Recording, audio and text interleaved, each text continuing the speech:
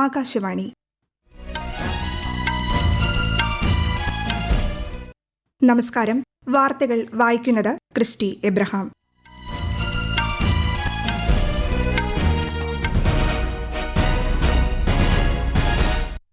പ്രധാന വാർത്തകൾ. വികസിത ഭാരതമെന്ന ലക്ഷ്യം കൈവരിക്കാൻ കേന്ദ്ര സംസ്ഥാന സർക്കാരുകളുടെ കൂട്ടായ ഉത്തരവാദിത്തം അനിവാര്യമെന്ന് നിതി ആയോഗ് യോഗത്തിൽ പ്രധാനമന്ത്രി Narendra Modi.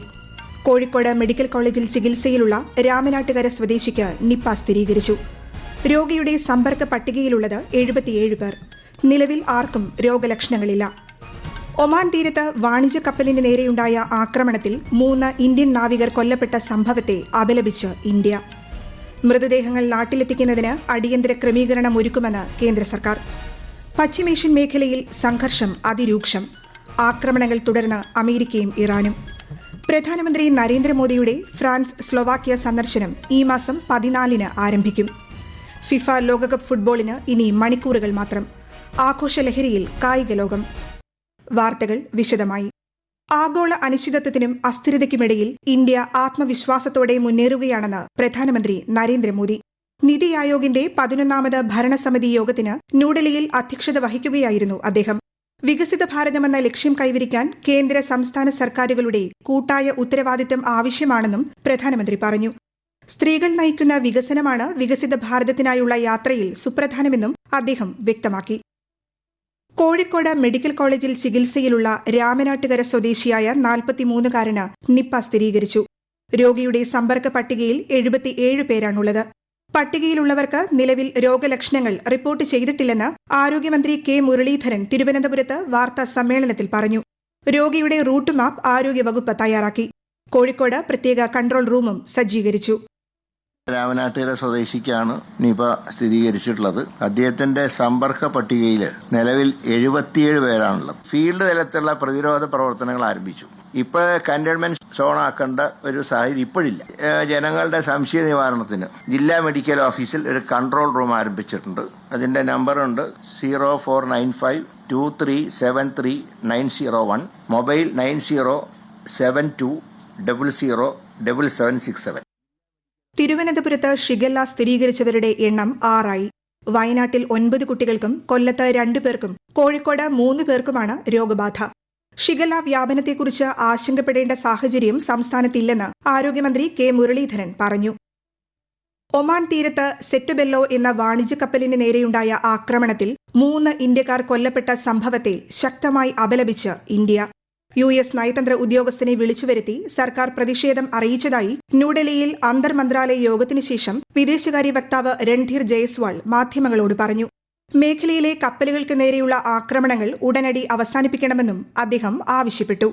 We attach high importance to the welfare and well-being of our seafarers community. Yesterday we condemned the attack on a ship off the coast of Oman, in which unfortunately we lost 3 Indian nationals. These attacks must cease and end, and we also call for dialogue and diplomacy so that we can have an early return to peace and stability in the region. കപ്പലിന് നേരെ ഇന്നലെ രാത്രിയാണ് US missile ആക്രമണം ഉണ്ടായത്. മരണമടഞ്ഞ നാവികരുടെ കുടുംബങ്ങൾക്ക് സർക്കാർ എല്ലാ സഹായവും നൽകുമെന്ന് കേന്ദ്രമന്ത്രി സർബാനന്ദ സോനോവാൾ പറഞ്ഞു. മൃതദേഹങ്ങൾ നാട്ടിലെത്തിക്കുന്നതിനും അടിയന്തര ക്രമീകരണം ഒരുക്കും. വടക്കൻ ഒമാനിലെ ഷിനാസ് തുറമുഖത്തിന് സമീപം ഒരു വാണിജ്യ കപ്പലിന് കൂടി തീപിടിച്ചു. ഗിനി ബിസോ പതാകയുള്ള MT ജൽവീർ എന്ന കപ്പലിനാണ് തീപിടിച്ചത്. കപ്പലിൽ 20ഓളം ഇന്ത്യൻ ജീവനക്കാരാണുള്ളത്. കഴിഞ്ഞ 72 മണിക്കൂറിനിടെ ഒമാൻ തീരത്ത് ഇന്ത്യൻ നാവികരുള്ള 3ാമത്തെ കപ്പലിനാണ് ഇത്തരത്തിൽ തീപിടിക്കുന്നത്. US ആക്രമണത്തിലാണ് മറ്റ് 2 കപ്പലുകളിലും തീപിടുത്തമുണ്ടായത്. പശ്ചിമേഷ്യയെ കൂടുതൽ സംഘർഷത്തിലാക്കി അമേരിക്കയും ഇറാനും ആക്രമണങ്ങൾ തുടരുകയാണ്. ഇറാനിലെ സൈനിക സംവിധാനങ്ങൾ ലക്ഷ്യമിട്ടാണ് തുടർച്ചയായ 2ാം ദിവസവും അമേരിക്ക ആക്രമണം നടത്തിയത്. ബന്ദർ അബ്ബാസിലും ക്വശം ദ്വീപിലും വൻ സ്ഫോടനങ്ങളുണ്ടായി. ഗൾഫ് മേഖലയിലെ US സൈനിക കേന്ദ്രങ്ങൾക്ക് നേരെ ഇറാനും പ്രത്യാക്രമണം നടത്തി. ഹോർമുസ് കടലിടുക്ക് പൂർണ്ണമായും അടച്ചതായും കടന്നുപോകാൻ ശ്രമിക്കുന്ന വാണിജ്യ കപ്പലുകൾക്ക് നേരെ ആക്രമണം ഉണ്ടാകുമെന്നും ഇറാൻ മുന്നറിയിപ്പ് നൽകി. എന്നാൽ ഇറാന്റെ അവകാശവാദം അമേരിക്ക തള്ളി. ഈ വാർത്തകൾ ആകാശവാണിയിൽ നിന്നും. ആകാശവാണി വാർത്തകളും വാർത്താധിഷ്ഠിത പരിപാടികളും all India radio news Thiruvananthapuram YouTube ചാനലിലും all India radio news Thiruvananthapuram Facebook പേജിലും AR News_ തിരുവനന്തപുരം ഇൻസ്റ്റഗ്രാം അക്കൌണ്ടിലും AR News_TVM X ഹാൻഡിലും ലഭ്യമാണ്. പ്രധാനമന്ത്രി നരേന്ദ്രമോദി ഈ മാസം 14 മുതൽ 18 വരെ ഫ്രാൻസിലും സ്ലൊവാക്യയിലും സന്ദർശനം നടത്തും. 52ാമത് G7 ഉച്ചകോടിയിൽ പങ്കെടുക്കാൻ ഫ്രഞ്ച് പ്രസിഡന്റ് ഇമാനുവൽ മാക്രോണിന്റെ ക്ഷണപ്രകാരമാണ് സന്ദർശനമെന്ന് വിദേശകാര്യ മന്ത്രാലയ സെക്രട്ടറി സിബി ജോർജ് ന്യൂഡൽഹിയിൽ മാധ്യമങ്ങളോട് പറഞ്ഞു. ഫ്രാൻസിലെ നിസ്, എവിയൻ, പാരീസ് എന്നീ നഗരങ്ങളാണ് പ്രധാനമന്ത്രി സന്ദർശിക്കുന്നത്. രാജസ്ഥാനിലെ രാംഗഡിൽ 20 കിലോവാട്ട് FM ട്രാൻസ്മിറ്റർ കേന്ദ്ര വാർത്താവിതരണ പ്രക്ഷേപണ മന്ത്രി അശ്വിനി വൈഷ്ണവ് വെർച്വലായി ഉദ്ഘാടനം ചെയ്തു. രാജ്യത്തിന്റെ അതിർത്തി പ്രദേശങ്ങളിൽ ആകാശവാണി, ദൂരദർശൻ കവറേജ് ശക്തിപ്പെടുത്തുന്നതിന് പ്രത്യേക ക്രമീകരണങ്ങൾ വികസിപ്പിച്ചുകൊണ്ടിരിക്കുകയാണെന്ന് കേന്ദ്രമന്ത്രി പറഞ്ഞു. आज के समय के हिसाब से आकाशवाणी को डिजिटल फर्स्ट और हाइपर लोकल इन दो सूत्रों में बांधे. लोकल आर्ट, लोकल संस्कृति, लोकल खान पान को आगे लाने का एक बहुत बड़ा प्लेटफॉर्म बनाए. अगले 1000 दिनों में एक मास्टर प्लान बना के आकाशवाणी और दूरदर्शन का पूरा ट्रांसफॉर्मेशन करे.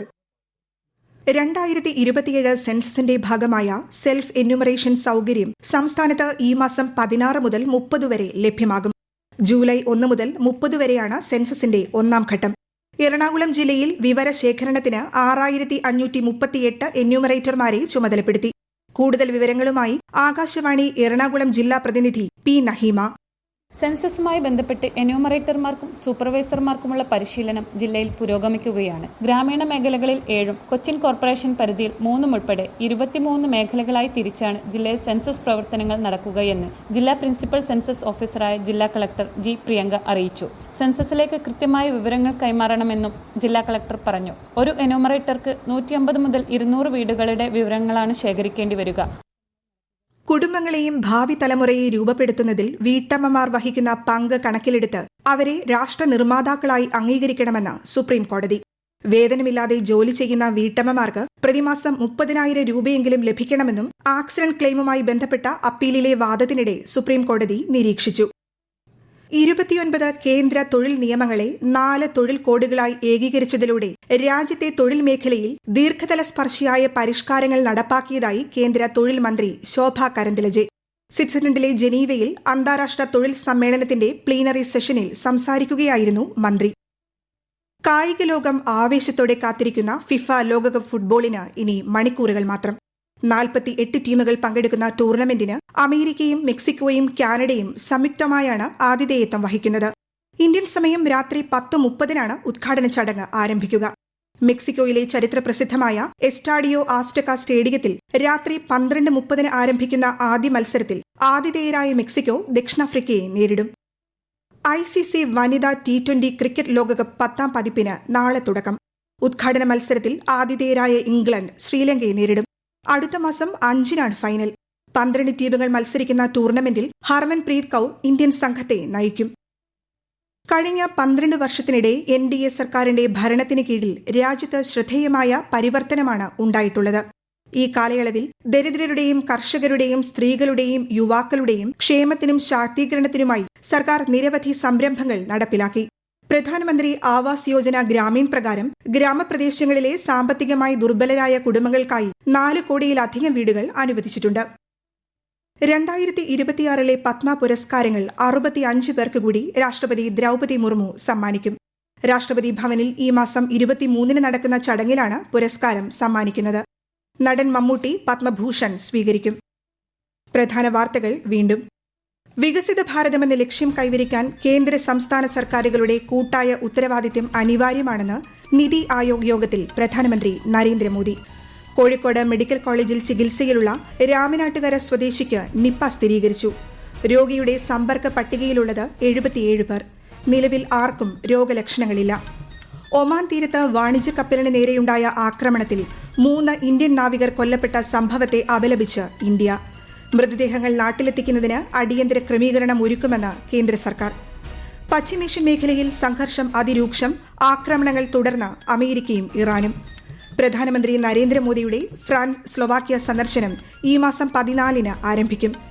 ഫിഫ ലോകകപ്പ് ഫുട്ബോളിന് ഇനി മണിക്കൂറുകൾ മാത്രം. ആഘോഷലഹരിയിൽ കായിക ലോകം. വാർത്തകൾ കഴിഞ്ഞു. അടുത്ത വാർത്താ പ്രക്ഷേപണം രാത്രി 8:35-ന്.